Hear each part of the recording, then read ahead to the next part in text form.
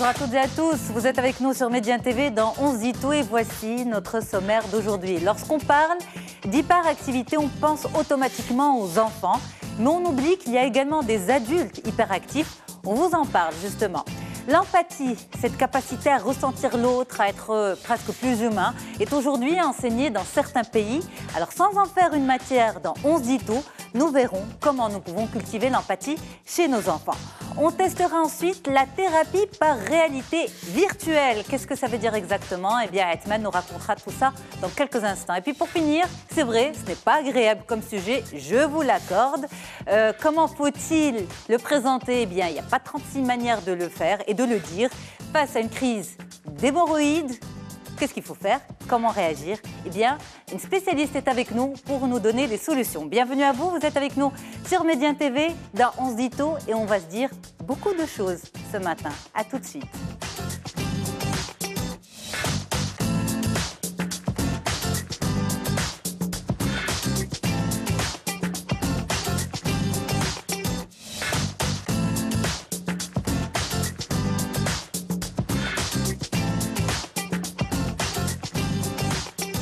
Bonjour à tous une nouvelle fois, merci beaucoup d'avoir choisi Média TV On se dit tout pour être avec nous ce matin. Et avec moi, différentes spécialistes, un plateau de femmes. Merci beaucoup mesdames d'être là. Oui, Mbenjeloun, bonjour. Bonjour. C'est un plaisir de vous avoir. Partagé. Vous êtes psychologue clinicienne. On connaît votre moitié, oui. Tissem, qui est d'habitude votre sœur jumelle. Parce que justement, les téléspectateurs pourront se dire non, mais on la connaît, elle s'appelle différent. Elle s'appelle pas Wiham, elle s'appelle Tissem. C'est sa sœur jumelle. Wiham est là aujourd'hui, elle est psy aussi. Et avec vous aujourd'hui, comment cultiver l'empathie chez les enfants et pourquoi surtout. D'ailleurs, dans beaucoup de pays, notamment scandinaves, on s'intéresse à l'empathie, on l'enseigne à l'école. Eh bien, vous allez nous expliquer tout ça dans un petit moment.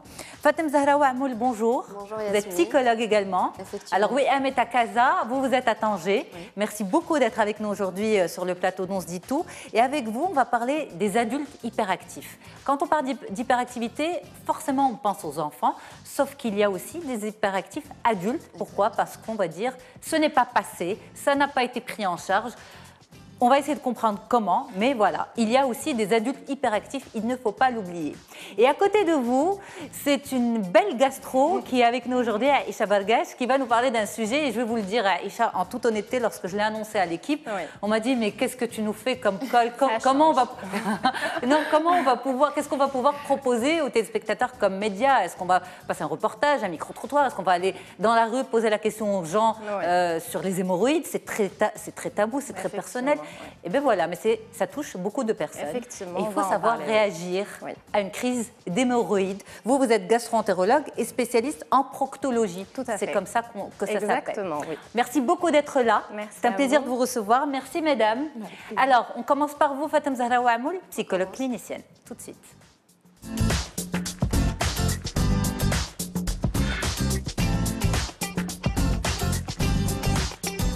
Alors, l'hyperactivité chez l'adulte, c'est un sujet qui est rarement évoqué, notamment dans les médias, parce qu'on se dit que c'est pour les enfants. Mais il y a aussi des adultes hyperactifs. On va essayer d'abord de cerner le sujet à travers une définition préparée par nos équipes et on revient sur le plateau. À tout de suite.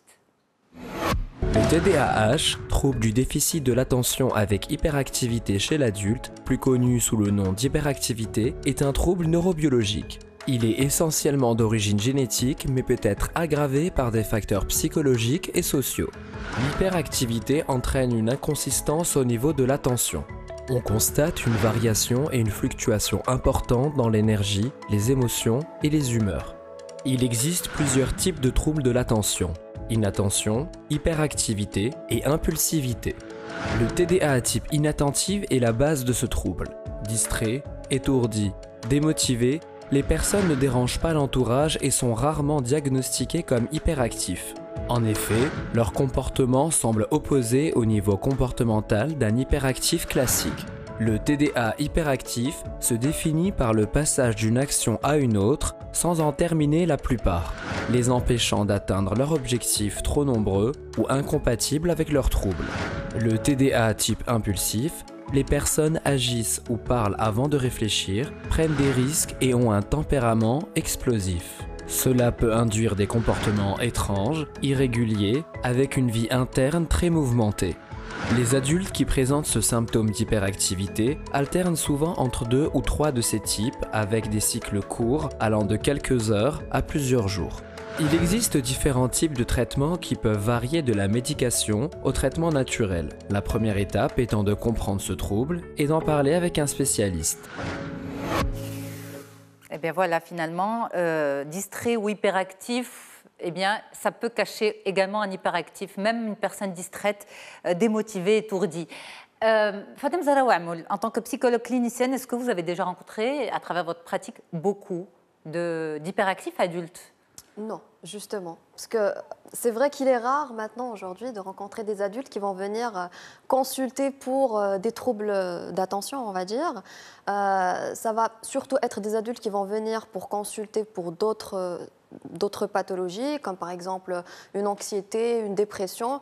Et quand on creuse justement derrière, quand on prend le temps de voir les choses un petit peu, comment ça se passait aussi durant leur enfance, on risque justement de buter sur ça, sur un trouble déficitaire de l'attention, qu'il soit avec ou sans hyperactivité. Ok, mais justement, adultes, aujourd'hui adultes, ces personnes, ces adultes vivent sur les séquelles de ce trouble de l'enfance en quelque sorte. Oui, on ne va pas dire les séquelles, c'est une façon d'être. Globalement. Maintenant, c'est vrai que le trouble déficitaire de l'attention, ce n'est pas quelque chose qui va apparaître du jour au lendemain. Ça existe forcément depuis l'enfance et c'est quelque chose qui va persister, qui va être dans la continuité et on va retrouver justement cette hyperactivité chez l'adulte. Maintenant, c'est vrai que depuis longtemps, on parlait que de l'hyperactivité chez l'enfant. C'est ça. Pour le diagnostic aussi, les symptômes n'existaient ou n'étaient connus que pour les enfants et ça ne fait que quelques années, une dizaine d'années à peu près, qu'on commence à parler de l'hyperactivité chez l'adulte, à savoir comment diagnostiquer justement ce déficit d'attention. C'est ça, mais d'ailleurs même chez l'enfant, c'est, on va dire, une approche qui est relativement récente, parce que parler d'hyperactivité comme étant un trouble neurologique et non pas un problème de comportement, mauvaise éducation, etc., oui. Parce qu'avant, un enfant turbulent, très turbulent, hyperactif, qui bougeait beaucoup, on ne se disait pas il est malade, on se disait il est mal éduqué, il est mal poli. Donc il n'y avait pas véritablement d'accompagnement, de prise en charge pour ensuite en faire un adulte sans trouble. Oui.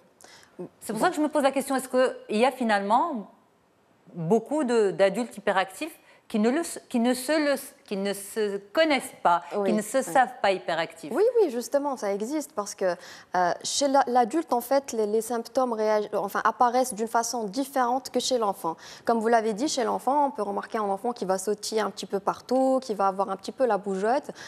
Pour l'adulte, c'est un petit peu différent, c'est-à-dire que cette l'hyperactivité va apparaître sous forme d'hyperactivité cognitive et mentale. C'est ça. Donc, on va avoir un petit peu une personne qui va réfléchir à plusieurs choses en même temps, qui va commencer des activités et ne pas pouvoir les finir parce qu'il n'arrive pas à maintenir justement cette attention. Donc, on ne va pas forcément toujours faire attention et savoir que cette personne-là souffre d'un trouble déficitaire de l'attention. C'est un petit peu délicat et difficile à diagnostiquer aussi. C'est ça, mais alors justement, ça peut être une piste parce que des personnes qui sont en difficulté professionnelle, oui. qui ont des projets qui n'arrivent pas à terminer, qui n'arrivent pas à se concentrer notamment sur leurs études supérieures, ça peut les pousser aujourd'hui, en regardant cette interview avec vous, en regardant ce sujet, de se dire, et si c'était finalement une hyperactivité, un trouble déficitaire de l'attention? Oui, ça peut pousser à la réflexion, justement. C'est pour ça qu'il faudra s'adresser à un spécialiste. Moi, j'insiste dessus, qui pourra justement poser un diagnostic. Comme pour l'enfant, d'ailleurs. Oui, comme pour l'enfant, parce qu'on ne pose pas le diagnostic comme ça facilement. C'est quelque chose qu'il faut creuser un petit peu, prendre le temps, passer certains questionnaires, etc., pour pouvoir finalement arriver à poser le diagnostic. Et finalement, ce qu'il faut savoir aussi, c'est que c'est quelque chose qu'on peut traiter, on peut vivre avec. C'est-à-dire qu'on peut, par exemple, avoir recours à des médicaments si vraiment c'est handicapant, si on a des difficultés, que ce soit sur le niveau social ou au travail, des licenciements ou par exemple un échec scolaire aussi pour les personnes qui font toujours leurs études, ou alors des thérapies qu'on peut utiliser aussi pour aménager un petit peu, avoir une hygiène de vie plus saine. Donc en fait, un échec professionnel, des problèmes relationnels chez l'adulte aujourd'hui peuvent être dus à un problème d'hyperactivité non pris en charge, non soigné. Ça peut être dû à ça. Maintenant, les symptômes sont variés et diffèrent d'une personne à l'autre. On peut rencontrer, comme ça a été dit dans le petit reportage, une hyperactivité, des troubles de l'attention. Ça peut être aussi des personnes qui vont être impulsives, voire une labilité dans l'humeur, qui vont changer un petit peu d'humeur, être colériques rapidement, peut-être s'exprimer sans réfléchir ou aussi couper la parole parce que voilà, ils sont impulsifs, ils veulent faire des choses, qui vont entamer des tâches et qui ne peuvent pas les finir justement. Donc, toutes ces choses-là peuvent amener à réfléchir. Est-ce que je suis justement, peut-être j'ai un déficit d'attention ou pas? Donc. Alors justement, on va faire intervenir également les autres personnes avec nous. Oui, Mjloun, est-ce que la question de l'adulte hyperactif, vous êtes psychologue également, c'est récent quand même?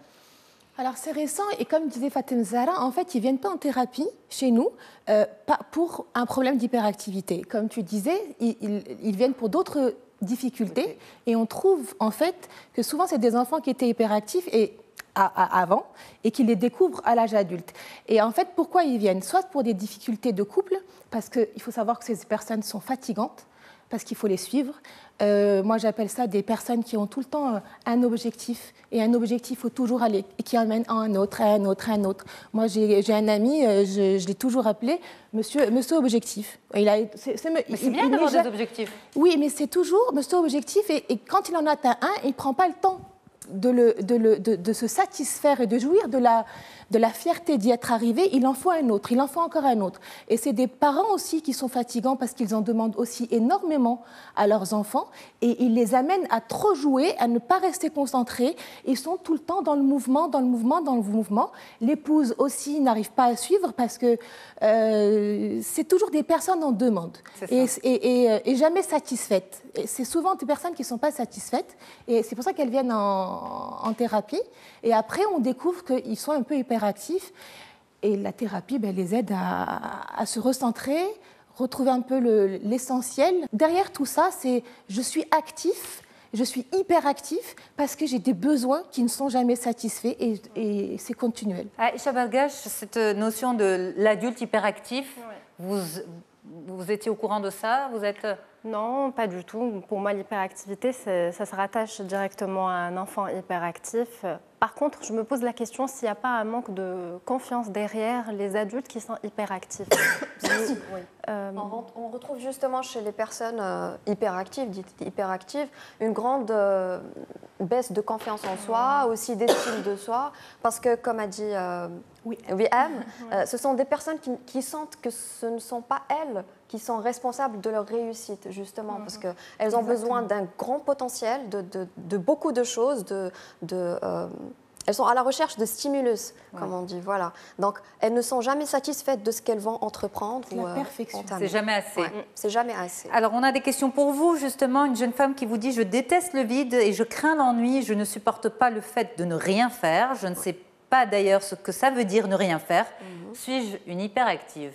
Peut-être, je ne peux pas répondre à cette question et confirmer. Voilà. C'est pour ça que je dis qu'il faut aller voir un spécialiste pour justement qu'il puisse prendre son temps, voir qu'est-ce qu'il y a derrière, pourquoi est-ce que cette femme s'ennuie. Mais c'est vrai, ça peut être des symptômes du trouble déficitaire de l'attention. Alors, la peur du vide, c'est aussi... ça cache beaucoup de choses. La peur du vide. Le manque de confiance, un problème au niveau attentionnel, affectif, enfin... Ça, énormément de choses. Vraiment. C'est pour ça qu'il faut creuser. Je note ça comme sujet creuser. Je suis d'accord avec Fatem Zahra, ça ne peut pas répondre parce que avoir peur d'être seul et la peur du vide, ça cache beaucoup d'autres choses. Et c'est pour ça qu'il faut apprendre à nos enfants de savoir s'ennuyer. C'est ça. Ça serait bien qu'on vienne sur ce sujet un jour. Avec plaisir. C'est très important, parfait. Un autre sujet, une autre question, Hamza qui nous dit « Je peux être calme et m'emporter d'un coup en explosant. Je deviens impulsif et hypersensible. Est-ce des signes de ce trouble ?» Bipolaire. Ça peut être ça peut, comme je dis, parce que ce qui se passe aujourd'hui, c'est qu'on trouve plusieurs symptômes dans plusieurs pathologies. Donc, on ne peut pas être tranchant et à partir de certains éléments, dire si oui, la personne est atteinte de TDAH ou pas. Maintenant, on a parlé aussi de personnes qui ont une difficulté à gérer justement leur impulsivité, à gérer leur pulsion. Donc, pourquoi pas? C'est un terrain à voir, à chercher. À chercher et à diagnostiquer par un spécialiste. Voilà. Parfait. C'est vraiment le rapport à la frustration. Mais ces personnes-là ne sont pas capables de gérer la frustration, pas parce qu'elles ne veulent pas ou elles n'ont pas été éduquées à ça, c'est parce qu'il y a d'autres choses beaucoup plus grandes en quelque sorte. Le rapport à la frustration s'apprend dès le plus jeune âge. Mais chez un enfant hyperactif, est-ce qu'on peut apprendre la frustration? Est-ce qu'on peut lui apprendre la frustration? Bien sûr. Même chez un enfant hyperactif? C'est une des choses qu'il faut apprendre, savoir dire non, savoir patienter, attendre, Ça fait partie mériter. de la prise en charge. Oui. Et justement, ça traite la patience, le calme, et quelqu'un qui va être impulsif, explosé parce qu'il n'a pas la chose tout de suite. Mais dans ce cas-là, ça ne peut pas être une TDAH, mais ça peut juste signifier qu'il a un rapport au non et à la frustration qui est pathologique. Mais si c'est un TDAH, est-ce qu'on peut lui apprendre la frustration ou finalement ça le dépasse? C'est pour ça qu'ils vont chez des thérapeutes, des psychologues. Donc même un adulte peut finalement intégrer la frustration, même s'il a 30-40 ans. Oui, est-ce qu'on est toujours malléable à n'importe quel âge? Bien sûr, si on accepte de travailler sur soi, bien sûr. Maintenant, faut être prêt pour travailler. Mais bien sûr, ce sont des choses sur lesquelles on peut revenir. Parce que certains disent non, à partir d'un certain âge, la personne est façonnée. Moi, je ne suis pas d'accord. Moi non. Eh ben, vous êtes rassurante. Merci beaucoup. Merci Fatem Zahra Ouamoud. Vous êtes psychologue clinicienne. On reste ensemble et on va parler d'empathie. C'est très tendance, très à la mode. L'empathie chez les plus petits, eh bien, c'est tout de suite sur Média TV.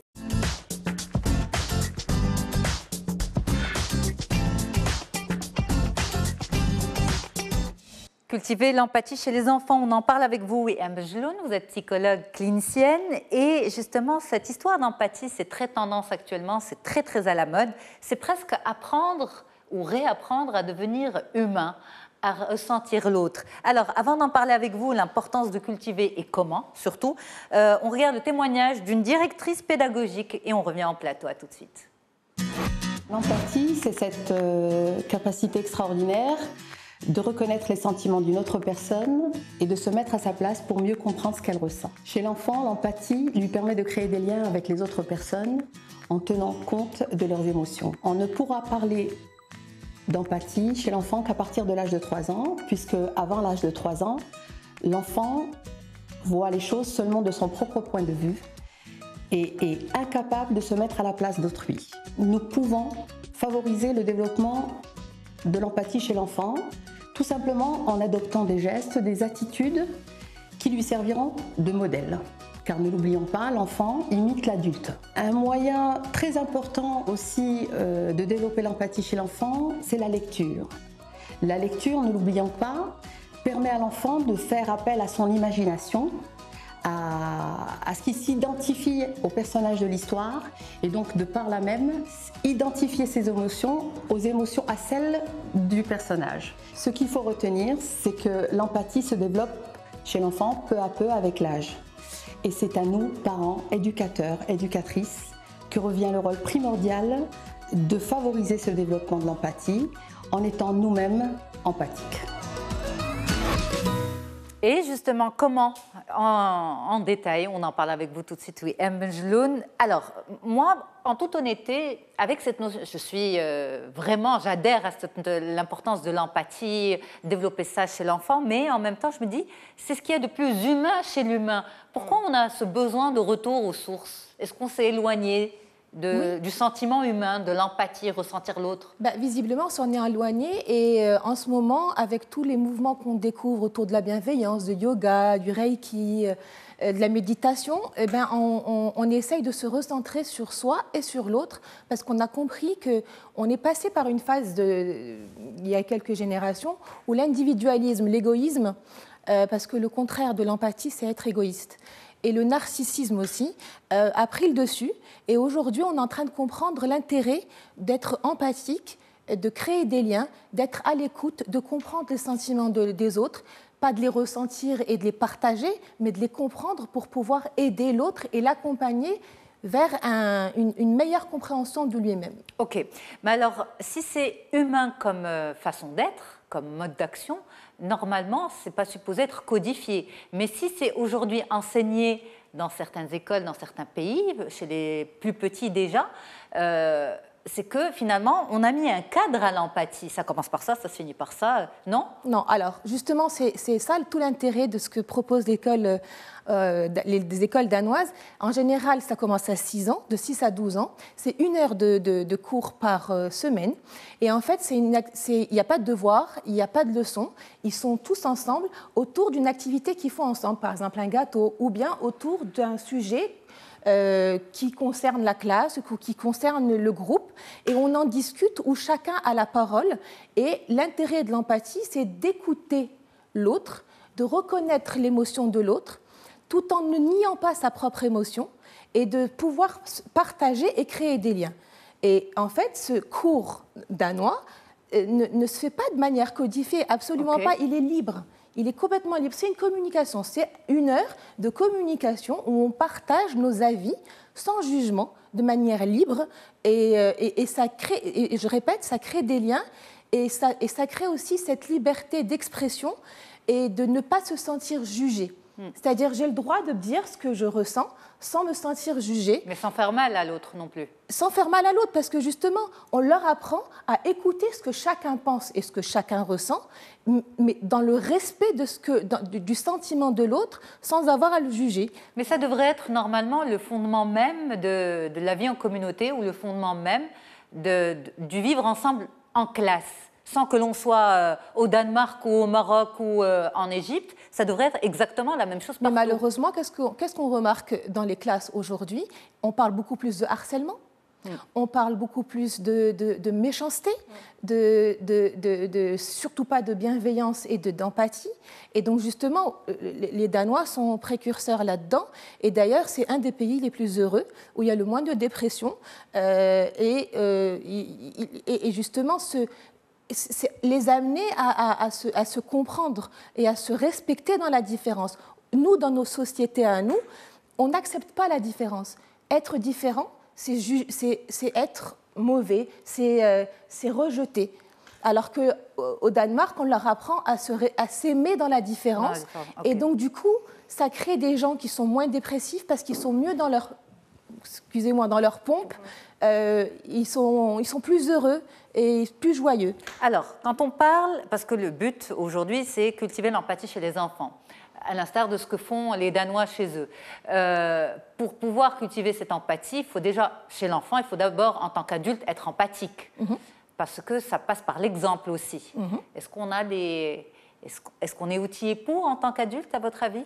Mais je pense que la génération d'aujourd'hui, plus qu'avant, les adultes d'aujourd'hui ont compris que taper, être dans la violence, être dans la punition, être dans la critique n'est pas positive. Aujourd'hui, on parle, ça aussi c'est un mouvement à la mode, mais tant mieux, on parle d'éducation positive, on parle de donner la parole à l'enfant, de distribuer cette parole, de respecter l'enfant.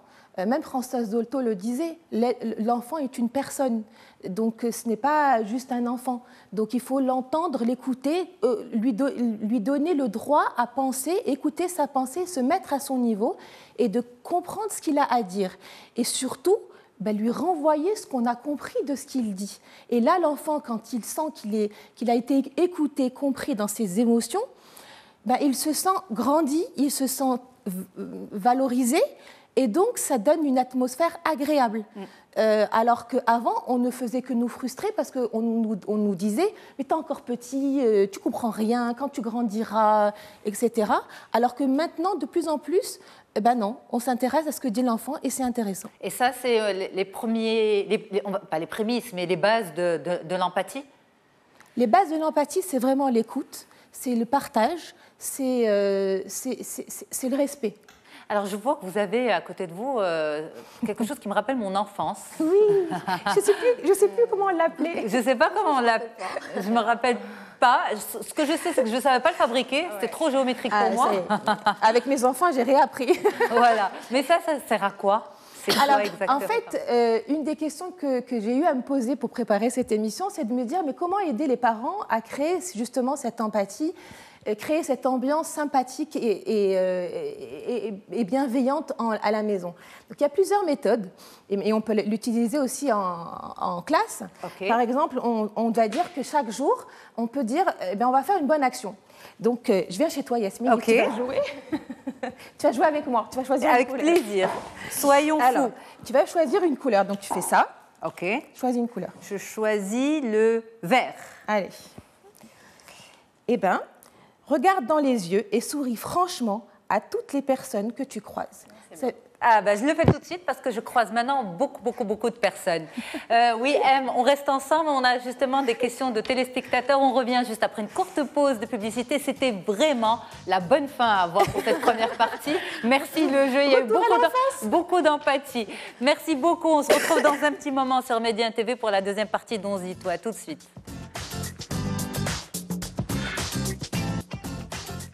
Allez, nous sommes de retour pour vous sur Média TV dans On se dit tout. On va continuer à jouer. On joue encore? Oui, M, avec Non, en fait, on parle d'empathie chez les enfants. Comment cultiver l'empathie? Ça passe aussi par le jeu et c'est ce que vous nous disiez il y a quelques instants. Oui, M Jouloum, psychologue clinicienne. Tout à l'heure, on a parlé des adultes hyperactifs. Ça, c'était avec vous, Fatem Zahra Ouamoul. Dans un petit moment, on va parler de ce sujet qui ne plaît pas du tout, mais c'est une réalité. Ça concerne beaucoup de personnes.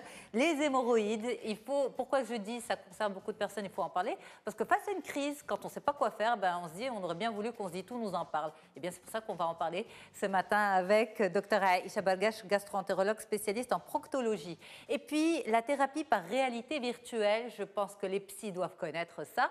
On va voir ça en action à Hetman dans un petit moment qui va aller tester ça pour nous. Mais pour l'heure, on continue avec les questions des téléspectateurs. Et puis, on a aussi des questions aussi sur place. On a une maman, Aïcha, a envie de poser une question. On y va. La question de l'empathie chez l'enfant. Je vous laisse la poser. Oui, je me posais la question par rapport à l'empathie chez l'enfant. À partir de quel âge on peut vraiment commencer à instaurer ça dans le foyer ou dans notre relation avec notre enfant? Alors, comme ça a été dit dans le reportage, ça s'enseigne, c'est pas inné. L'empathie, ça s'enseigne et c'est vrai que ça commence par les parents. Par contre, l'empathie, pour moi, ce que je pense, c'est que ça commence très tôt. C'est-à-dire même à partir de 8-12 mois, on commence à parler d'empathie émotionnelle. Et à partir de 4 ans, on commence à parler d'empathie cognitive. Et alors, je ne sais pas, il y a des vidéos qui tournent sur YouTube, par exemple, où vous allez voir des petits-enfants qui instinctivement, qui sont tout petits, qui ont 1 an, et qui instinctivement vont aider un adulte qui fait semblant d'avoir besoin de quelque chose, mais qui n'y arrive pas, et l'enfant instinctivement va aider cet adulte. Ou bien on a vu une petite vidéo où il y a un enfant qui a essayé de sauver son frère jumeau en levant le lit, et il n'y arrivait pas. Mais il a eu cette idée de le sauver. Donc il était dans l'empathie de la souffrance de son petit frère et aussi de vouloir l'aider. Donc ça veut dire très tôt, on peut... Ouais. Enfin, dès le départ, il faut pas que ce soit réfléchi même de la part peut-être des parents. Il faut que ce soit naturel dans le mode de fonctionnement. Ça doit être naturel dans le mode de fonctionnement des parents parce qu'eux-mêmes sont dans l'empathie, dans l'écoute, etc. Donc c'est vraiment un état d'esprit. C'est vraiment un état d'esprit. C'est ça. Et l'enfant, quand il grandit là-dedans, il apprend à l'être. C'est ça.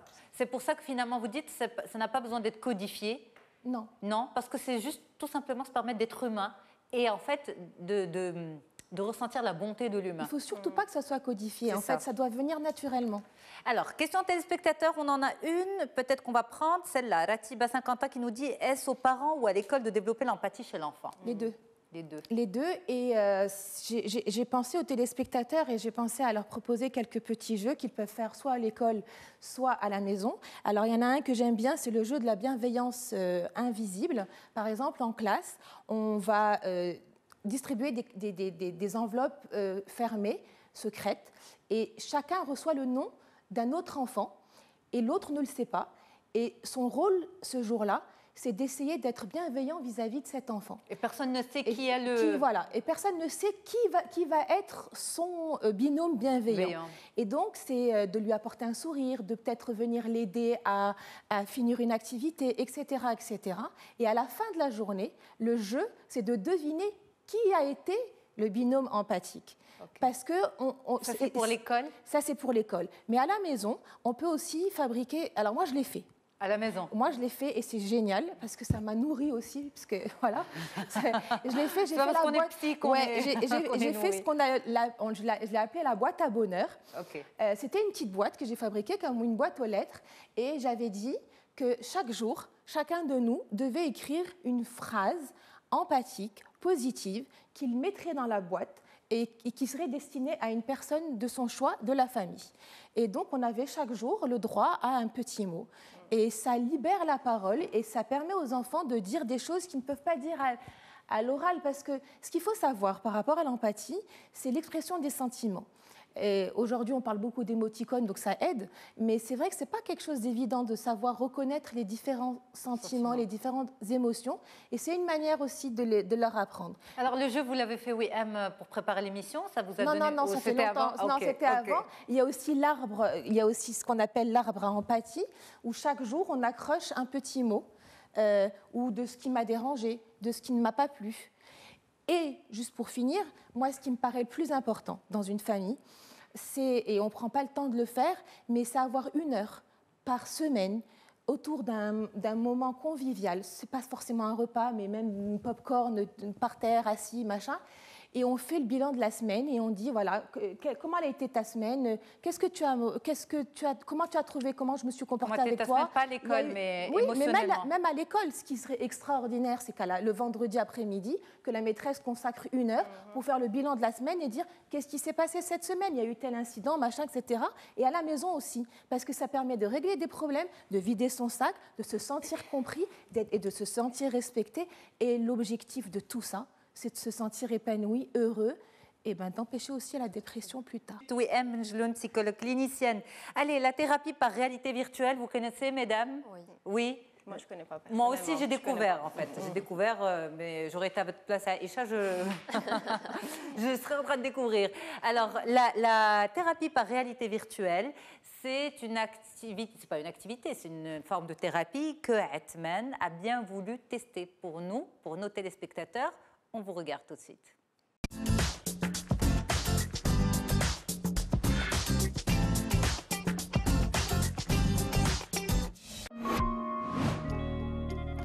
Bonjour Yasmine et bonjour à tous. Comme vous le savez, Freud nous a fait découvrir la psychanalyse et a défini la phobie comme étant une lutte contre l'angoisse. Aujourd'hui, grâce aux nouvelles technologies, nous allons voir comment lutter contre ces phobies et notamment grâce à la thérapie par réalité virtuelle. Alors vous allez sûrement vous demander de quoi il s'agit. Eh bien, je vous invite tout de suite à le découvrir avec moi. Bonjour Brahim, merci de nous recevoir. Bonjour Atman, merci d'être venu. Alors, est-ce que tu peux nous définir dans un premier temps ce que c'est qu'une phobie? Une phobie est une peur irrationnelle face à un objet ou à une situation qui ne comporte pas le caractère dangereux. Alors, comment on peut traiter les phobies? Principalement par une psychothérapie, par des médicaments, dans certains cas, par la réalité virtuelle. Maintenant, c'est ce qu'il y a de plus récent. Alors, est-ce que tu peux nous expliquer ce que c'est que cette réalité virtuelle? Grâce à la technologie, on crée des environnements qui reproduisent la situation où la personne se sent en danger. Donc, en fait, l'avantage maintenant, c'est que le patient va être dans un environnement sécure, protégé, versus avant où, du coup, la mise en exposition développait encore plus cette phobie. Exactement. Souvent, l'exposition pouvait aggraver même. Et combien de temps il faut à peu près pour surmonter une phobie? C'est des thérapies très courtes. On parle d'une dizaine de séances. Alors Brahim, pour ma part, je ne suis pas très à l'aise quand je suis dans un ascenseur qui se bloque ou dans des petits endroits où je commence à avoir du mal à respirer, j'ai un peu chaud, je commence à transpirer. Ce que vous décrivez là, ce sont les signes annonçateurs d'une attaque de panique. Le fait de vivre avec cette crainte est quelque chose de douloureux. C'est-à-dire la solution existe. Eh bien, j'ai hâte que tu me présentes cette solution. C'est parti. Je vous en prie, Atman. Es-tu prêt à dépasser ta phobie, à faire un pas en avant? Ouais. Cette technique est inspirée des jeux vidéo. Ça garde un aspect ludique. La personne a l'impression de jouer et se soigner en même temps. Ça va être tes mains. Ça, c'est mes mains. D'accord. Bienvenue dans le monde du virtuel. Ok. Donc là, effectivement, je vois mes mains. Alors, c'est incroyablement bien fait parce qu'on dirait vraiment que... Oui. Oh là.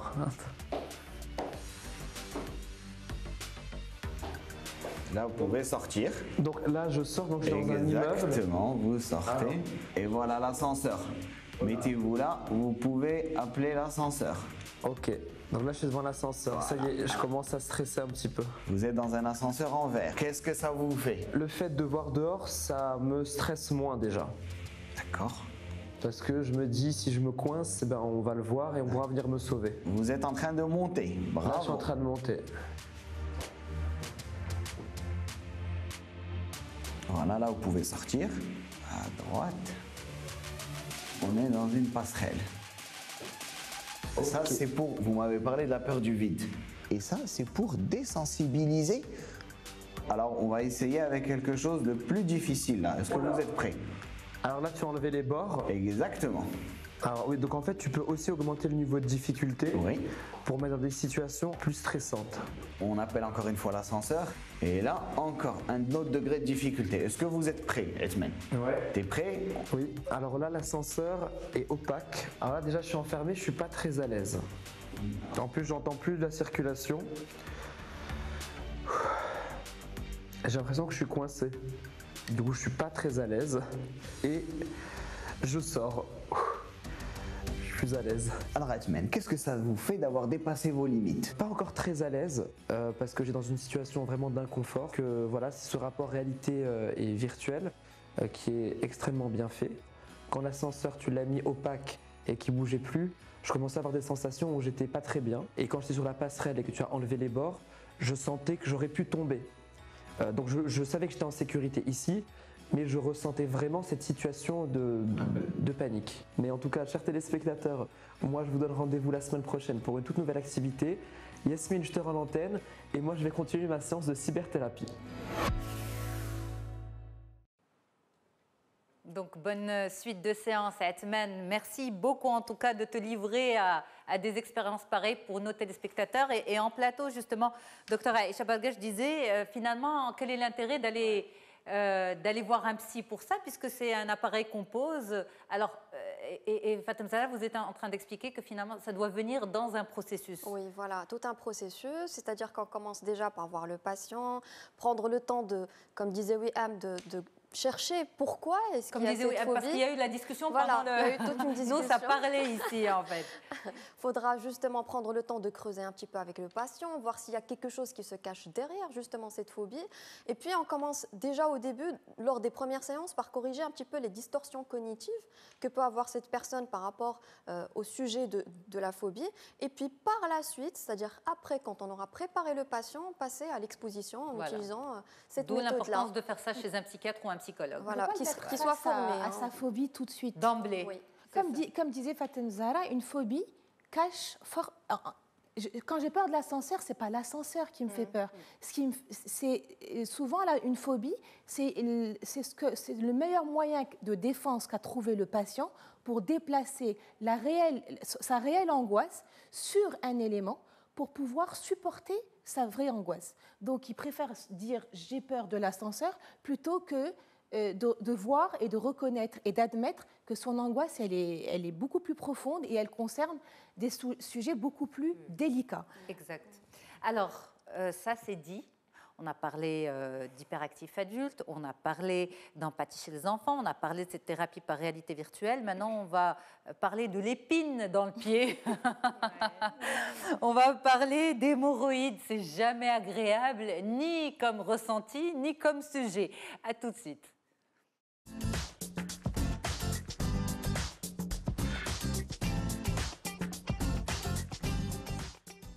Docteur Aïcha Bargash, merci beaucoup d'être avec nous. Vous êtes gastro-entérologue, spécialiste en proctologie, c'est la spécialité des hémorroïdes. Et c'est le sujet avec vous, comment gérer une crise hémorroïdale. C'est ce qu'on va voir avec vous dans un petit moment. Mais juste avant, on va essayer de présenter de façon ludique un sujet extrêmement tabou et personnel. On regarde. Souvent délicat lorsqu'il s'agit d'en parler, ou encore négligé par ceux et celles qui la subissent, la crise hémorroïdaire est aussi taboue que fréquente. Plus de 50% de la population en souffre un jour ou l'autre, mais moins de 30% en parlent à leur médecin. Pas de quoi avoir honte ou peur, ces crises sont souvent bénignes et se soignent facilement.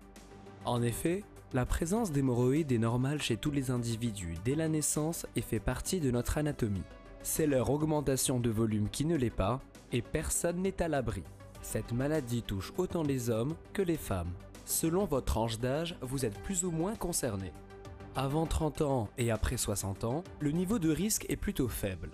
Entre 30 ans et 60 ans, vous avez 75% de chance, ou plutôt de malchance, d'être affecté. Il n'y a pas de causes précises puisqu'elles sont multiples et variées. On peut cependant en identifier les principales. Troubles du transit intestinal, une alimentation épicée, un manque de fibres, la pratique de sport assis, la chaleur ou encore la grossesse chez la femme. Plus de 30% de femmes après accouchement déclarent souffrir d'hémorroïdes. La douleur peut être variable allant d'une sensation modérée à une gêne importante lors de la marche. Dans tous les cas, il est fortement recommandé d'en parler à son médecin qui sera là pour vous aider. Et bien finalement, c'est un sujet qui touche beaucoup de personnes. Ouais. Effectivement. 30% de la population. Oui, effectivement. Ça touche beaucoup de personnes. Mais le problème, c'est qu'il n'y a pas beaucoup de personnes qui en parlent, qui vont voir leur médecin pour se faire examiner. Donc qu'est-ce qui se passe? On vit sa crise en silence? On vit sa crise en silence jusqu'à ce que ça passe, ou bien jusqu'à ce que ça se complique. Et quand ça se complique, c'est là où on part voir son médecin, son spécialiste, pour se faire examiner, pour un éventuel traitement. Mais moi, je voudrais surtout, comme ça a été dit dans le reportage, c'est que toute crise hémorroïdaire, enfin toute crise au niveau de la région anale ne veut pas dire hémorroïde.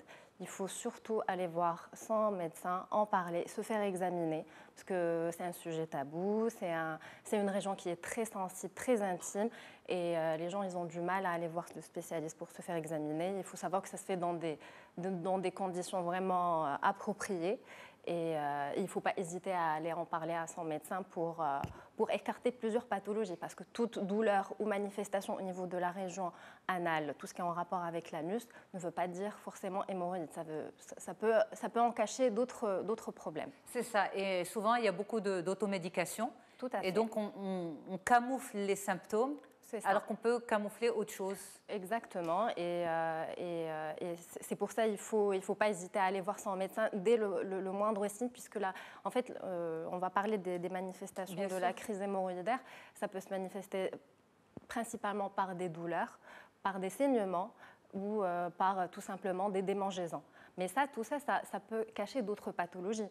Donc j'insiste vraiment sur le fait qu'il faut absolument aller voir son spécialiste pour au moins faire un examen et écarter toute cette crise hémorroïdaire, si elle est là, si elle est confirmée, ou une autre pathologie de la région anale. Alors, qu'est-ce qui fait qu'un beau jour, les hémorroïdes font parler d'eux?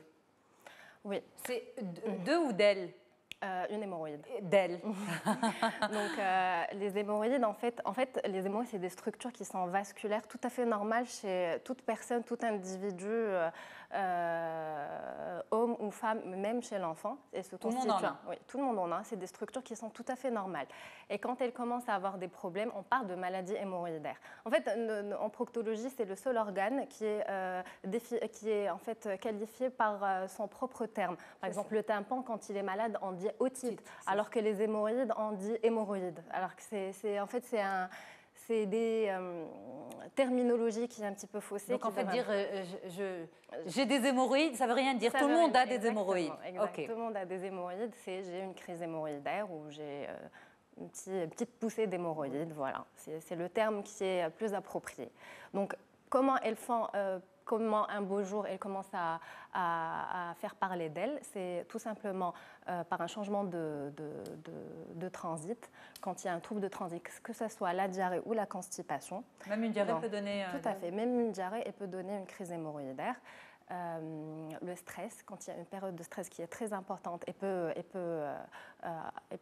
entraîner une poussée hémorroïdaire et la sédentarité, c'est-à-dire le fait de rester assis, le manque de sport ou bien des sports assis, comme ça a été dit dans le reportage, ça peut entraîner une poussée hémorroïdaire. Et bien évidemment, chez les femmes, lors de la grossesse, surtout le 3e trimestre, il y a des poussées hémorroïdaires qui peuvent être très très importantes et se manifestent surtout par des boules en fait.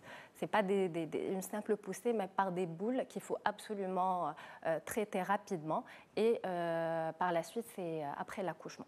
Alors, il y a beaucoup d'automédication face à ces crises d'hémorroïdes parce que face à la gêne, en général, les gens ont leur tube de crème à la maison, surtout quand les personnes sont habituées à faire des crises d'hémorroïdes. Et donc, c'est à base d'automédication. Est-ce qu'il y a un risque par rapport à ça? Bien sûr, comme je vous ai dit, toute manifestation au niveau de cette zone ne veut pas dire forcément des hémorroïdes. Donc, il peut y avoir des signes qui peuvent cacher ces hémorroïdes et le malade, il va prendre ses tubes, ses crèmes et ses suppositoires. Pour lui, il est en train de traiter cette crise hémorroïdaire, alors qu'au final, ce n'est pas du tout ça, c'est autre chose. Ça peut être une fissure, une petite déchirure, ça peut être d'autres choses beaucoup plus importantes. Donc moi, vraiment, je tire la sonnette d'alarme que toute douleur à ce niveau-là ne veut pas dire forcément une crise hémorroïdaire parce que l'automédication, elle peut vraiment camoufler d'autres pathologies qui sont beaucoup plus importantes. Est-ce qu'on peut faire de la prévention par rapport à ça? Par exemple, si une personne a déjà fait une crise d'hémorroïdes, est-ce qu'on entend dire que l'alimentation épicée provoque des poussées d'hémorroïdes? Est-ce que c'est vrai, par exemple? Est-ce qu'une personne qui est fragile à ce niveau-là devrait éviter toute alimentation épicée? Alors pour ce qui est de l'alimentation, en fait, il n'y a pas d'étude qui a vraiment affirmé que l'alimentation épicée est responsable de cette crise hémorroïdaire. Mais si une personne, elle trouve qu'à chaque fois qu'elle mange épicé, elle a cette crise hémorroïdaire, ça veut dire que ça ne va pas du tout. Elle peut très bien arrêter. Mais si moi, par exemple, je mange très bien épicé et je n'ai pas de problème, dans ce cas-là, je peux continuer à manger épicé. Il n'y a pas de relation vraiment directe. Il ne faut pas généraliser manger épicé égale crise hémorroïdaire. Il n'y a pas vraiment d'études confirmées. Par contre, manger une alimentation riche en fibres, elle permet de prévenir les troubles de transit, effectivement, puisqu'on a dit constipation égale crise hémorroïdaire. Donc, il ne faut pas hésiter à manger beaucoup de fibres dans son plat au quotidien. Alors, une autre question, avant de donner la parole aussi aux personnes présentes avec nous. Je sais que ce n'est pas un sujet... enfin, est-ce que vous avez envie de poser des questions par rapport à ça? En fait, moi, on parle souvent d'hémorroïdes internes et hémorroïdes externes. Ouais. Et tu disais qu'en fait, ça peut cacher autre chose. Est-ce que ça peut aussi montrer, ça c'est une deuxième question, est-ce que ça peut être aussi le signe d'un problème au niveau du côlon, de l'intestin, et donc en fait, et ça se manifeste au niveau des hémorroïdes, mais à la base, il y a un problème antérieur et plus profond. Exactement. C'est pour ça que j'ai insisté sur le fait qu'un examen est très important puisqu'on explore même à l'intérieur de l'anus pour voir si c'est une origine interne ou juste externe.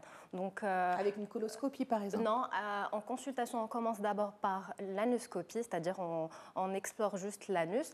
Et par la suite, en fonction de l'âge, je voulais en fait insister sur la fréquence, elle est surtout entre 35 et 65 ans. Et on sait que le dépistage en fait, du cancer du côlon, c'est à partir de 50 ans. Donc, si j'ai une personne qui se manifeste avec des crises hémorroïdaires et je l'examine et ça n'a aucun rapport avec les hémorroïdes, alors il faut passer à la coloscopie, bien évidemment, par la suite pour chercher la raison de ces saignements. Et c'est quoi la différence entre les hémorroïdes internes et externes? Alors là, il faut, en fait, les hémorroïdes externes, elles se situent au niveau de la marge anale, juste à l'extérieur. On n'a pas besoin de pousser un peu plus loin, c'est-à-dire d'utiliser d'autres matériels pour voir ce qu'il y a. Et alors que les hémorroïdes internes, elles sont un peu plus, on les voit surtout à l'anuscopie. Et tout ça, ça se passe en consultation dans un cabinet. Il y en a qui en ont à l'intérieur et il y en a qui en ont à l'extérieur. Il n'y a pas il n'y a pas de rôle, il n'y a pas de quota. Parole finie. Non, je la taquine, c'est bon.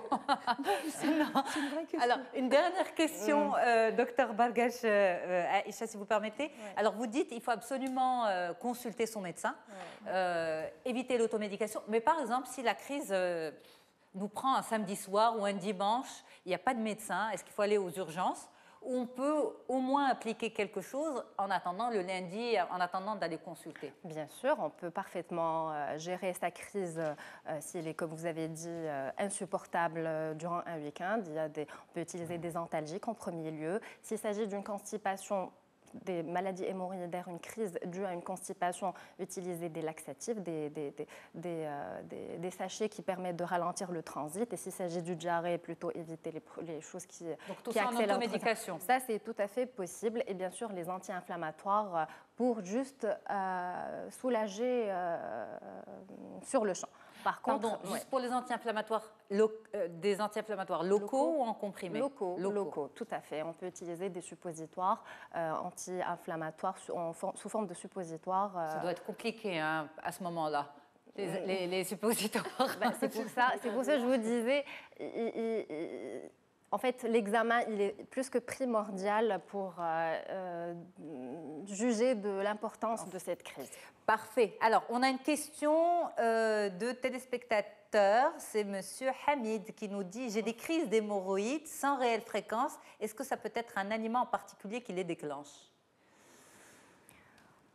Entre autres. Oui, si dans son alimentation, en fait, il y a un manque de fibres, il y a un manque de sport, bien sûr, oui, ça peut... Il faut essayer de chercher. Oui, il faut voir si c'est plutôt l'alimentation ou si c'est le mode de vie qui est responsable de ces crises hémorroïdaires. Mais... Oui, bien sûr, allez-y, Fatem J'ai une Zahra. question juste par rapport aux enfants, parce que vous avez dit que les enfants aussi peuvent avoir des poussées, justement, hémorroïdales.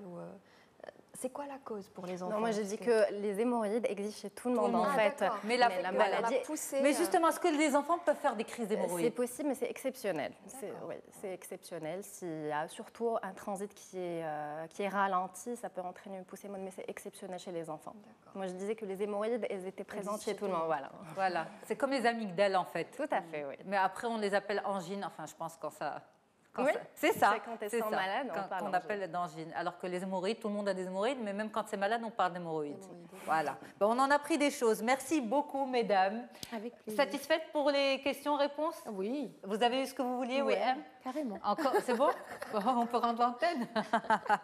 Merci beaucoup, Wiham Jloun, psychologue, psychothérapeute, Fatem Zahra Ouamoul, psychologue, psychothérapeute, et puis Dr Aïcha Bargash, vous êtes gastro-entérologue, spécialiste en proctologie, c'est bien ça?